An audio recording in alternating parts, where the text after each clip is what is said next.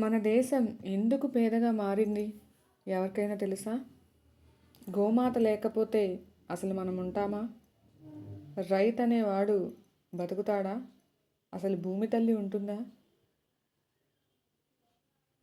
గోమాత ఉంటేనేగా భూమాత ఉండేది. గోమాతను కాపాడితేనేగా భారతదేశం మళ్ళీ జీవం పోసుకునేది.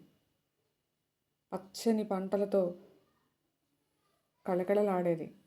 అందరికీ ఆహారం దొరికేది. సత్యయుగం మళ్ళీ తిరిగి వచ్చేది.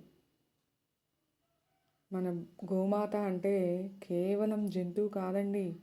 అది మన భూమాతకు జీవాన్ని పోసే తల్లి, మన ఆయుష్ని పోసే తల్లి.